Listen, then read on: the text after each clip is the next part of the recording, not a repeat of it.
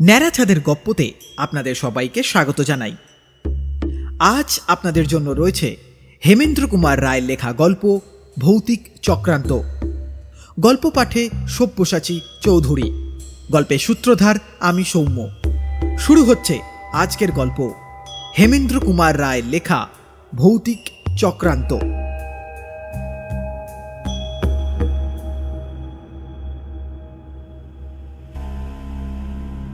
শিল্পী প্রমোদ রায়ের নাম অনেকের কাছেই সুপরিচিত। আমি উদীয়মান চিত্রকর ও ভাস্কর প্রমোদ রায়ের কথাই বলছি। ছবি আঁকা এবং মূর্তি গড়ায় তার সমান খ্যাতি। সে বাস করত নিমচাঁদ মল্লিক স্ট্রিটের একখানা ভাড়া বাড়িতে। স্ত্রী ছাড়া তার পরিবারে আর কোনো লোক নেই। বাড়িখানা ছোট হলেও কোনো অসুবিধে বোধ করত না সে। নিচের তলায় ছিল তার কারুকক্ষ বা যাকে বলে স্টুডিও। তার দিনগুলি কেটে যাচ্ছিল দিব্য নির্ভাবনায়। কিন্তু হঠাৎ হলো এক বড় মুশকিল। বিনা মেঘে বজ্রপাতের মতন এক নোটিশ এসে হাজির। এবারই তাকে ছেড়ে দিয়ে উঠে যেতে হবে। কলকাতায় তখন ভাড়া বাড়ির একান্ত অভাব। পাড়ায় পাড়ায় উদ্বাস্তুদের ভিড়। মোটা টাকা সেলামি এবং ত্রিগুণ চতুর্গুণ ভাড়া দিতে চাইলেও খালি বাড়ি পাওয়া ভার হয়ে উঠেছিল।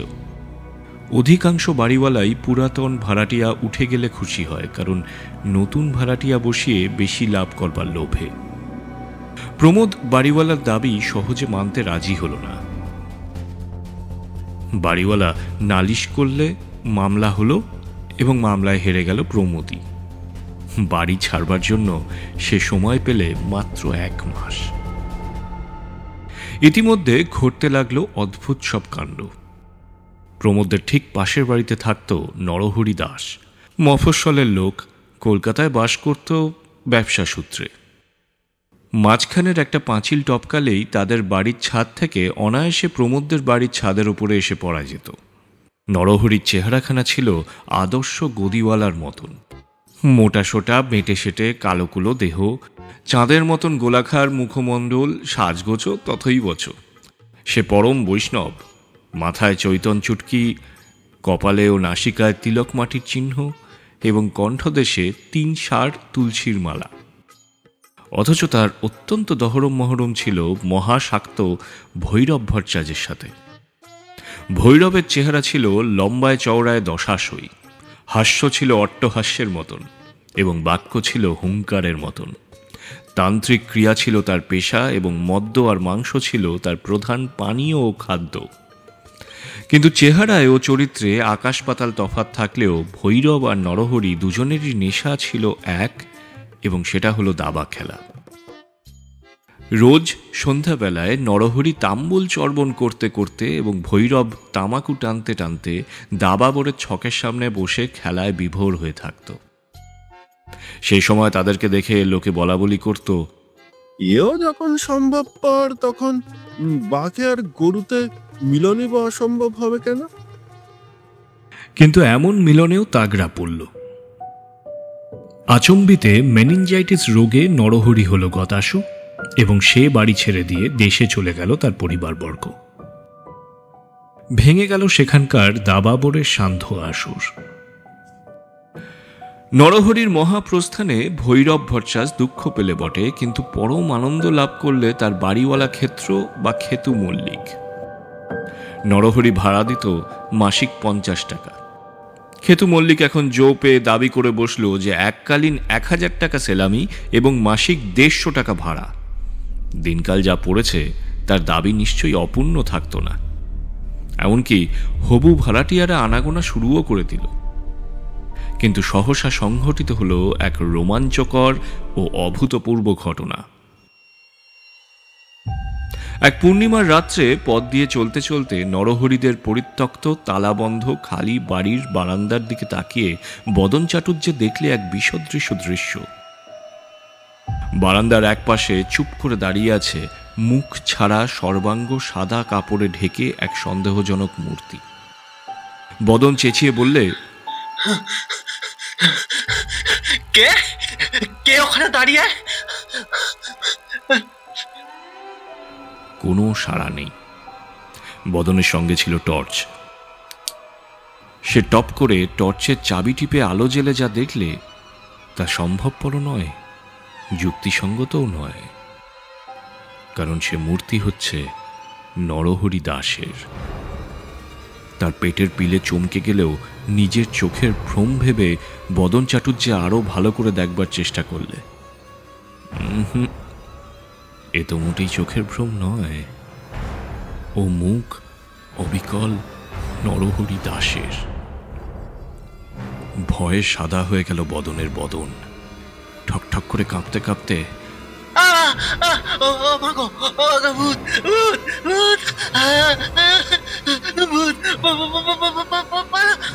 পাড়া কাঁপানো চিৎকার করে সে ঘন্টায় 20 মাইল বেগে দৌড় মারলে নিজের বাড়ির দিকে।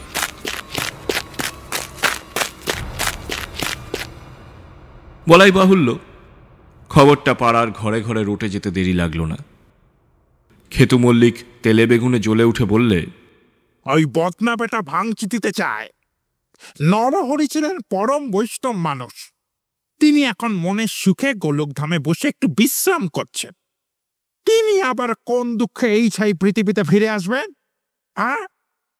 কিন্তু নরহরি যে এখনো সশরীরে বিরাজ করছেন ওই ভাড়া বাড়িতেই, পাড়ার আরো কেউ কেউ তার অকাট্য চাক্ষুষ প্রমাণ পেলে। তবে দিনের বেলায় তাকে দেখা যায় না, এবং দিনের বেলায় তাকে দেখবার আশাও কেউ করে না। ফলে দাঁড়ালো এই, প্রথমত নরহরির বাড়ির সম্মুখ দিয়ে লোকে রাত্রে পথ চলাই ছেড়ে দিলে। দ্বিতীয়ত হবু ভাড়াটিয়ারা খেতু মল্লিককে একেবারেই বয়কট করলে। বিনা ভাড়াতেও নরহরির বাড়িতে বাস করবার মতন লোকও আর পাওয়া যাবে বলে মনে হলো না। অবস্থা যখন এই রকম, ঠিক সেই সময় তান্ত্রিক ভচ্চাজ এসে বাসনা প্রকাশ করলে। এই বাবু, আমি বলছিলাম যে ওই নরহরিদের বাড়িটা আমি একটু ভাড়া নিতে চাই। নিজের কানকেও বিশ্বাস না করতে পেরে খেতু মল্লিক বললে, তাই নাকি? আরে আপনি চিন্তা করবেন না, আমি হচ্ছি তন্ত্র সিদ্ধ মানুষ। আমায় দেখলি পড়ে না, ওই বৈষ্ণবের প্রেতাত্মা একেবারে কীর্তন দিয়ে পালাবার পথ পাবে না। খেতু মল্লিক তাড়াতাড়ি বললেন, ঠিক বলেছ ভট্টাচ, তোমার সাথে আমি একমত। আচ্ছা খেতু বাবু, আমি একটু আগে থেকেই বলে রাখি, আমি কিন্তু গরিব মানুষ, আমি কিন্তু 30 টাকার চেয়ে বেশি ভাড়া দিতে পারবো না। ও অত শক্তি আমার নেই। বেশ, তাই সই। নরহরির বাড়িতে এসে বেশ জাঁকিয়ে বসল ভৈরব ভট্টাচ। সত্য সত্যই মনে তার দৃঢ় বিশ্বাস ছিল যে বৈষ্ণবের প্রেতাত্মা কিছুতেই শাক্তের নিকটবর্তী হওয়ার সাহস প্রকাশ করতে পারে না।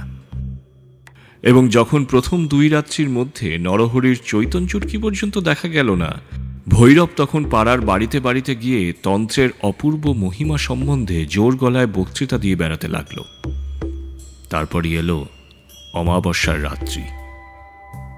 দোতলার একটি ঘরে পূজার উপকরণ নিয়ে আসনাশীল হল ভৈরব ভট্টাচ। নরহরির ভয়ে পথ নির্জন, কোথাও টুঁ শব্দটি পর্যন্ত শোনা যায় না। বাইরে ঘুটঘুটে অন্ধকার রাত, ঘরের ভেতরে জ্বলছে একটা হ্যারিকেন লণ্ঠনের টিমটিমে আলো। ভৈরব এক মনে 2 চক্ষু বুজে মন্ত্র জপ করছিল।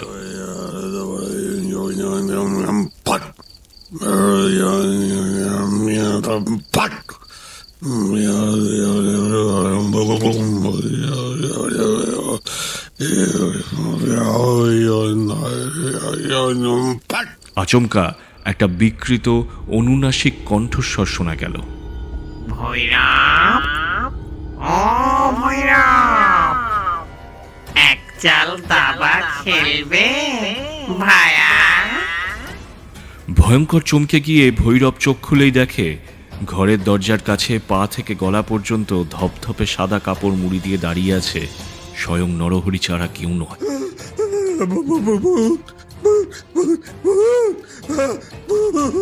ভৈরবই সব থেকে বেশি চিন্ত নরহরিকে। তার চোখের ভ্রম হওয়ার তো জো নেই। তারপর আর কিছু নয়, বিকট এক আর্তনাদ এবং ভৈরবের ভূমিতলে পতন ও মূর্ছা।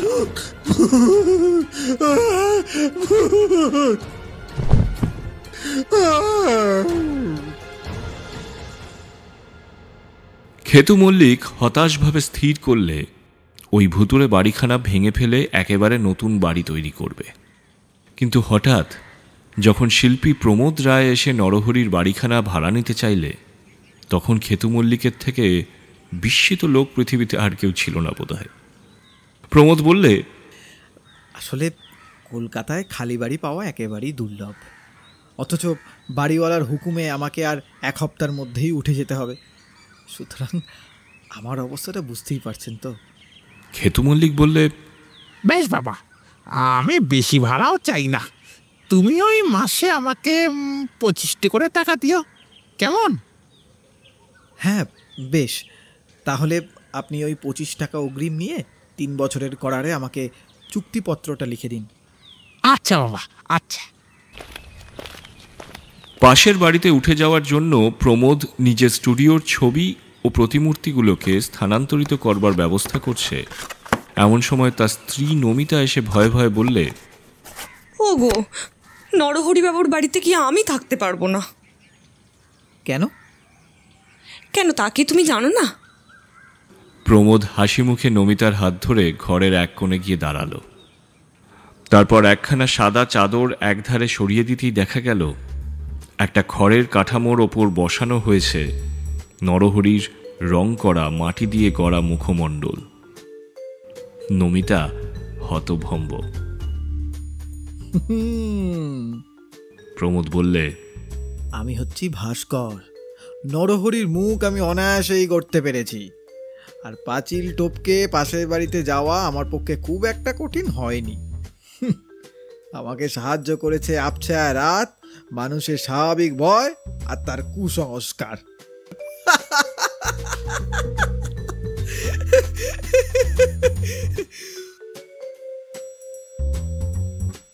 এতক্ষণ আপনারা শুনছিলেন হেমেন্দ্র কুমার রায়ের লেখা ভৌতিক চক্রান্ত। গল্প পাঠে সব্যসাচী চৌধুরী, ভৈরব চাটুর্যে সমী শুভ্র গাঙ্গুলি, খেতু মল্লিক অরিজিৎ রায় চৌধুরী, বদন চাটুর্যে অমিত পয়রা, নমিতা তনুশ্রী সাহা, প্রমোদ রায় এবং গল্পের সূত্রধার আমি সৌম্য। ভয়েস অ্যাসেম্বল সন্দীপ দেবনাথ, ধ্বনি পরিকল্পনা এবং সমগ্র মিশ্রণে তনুশ্রী সাহা, পোস্টার পাপিয়া পাল।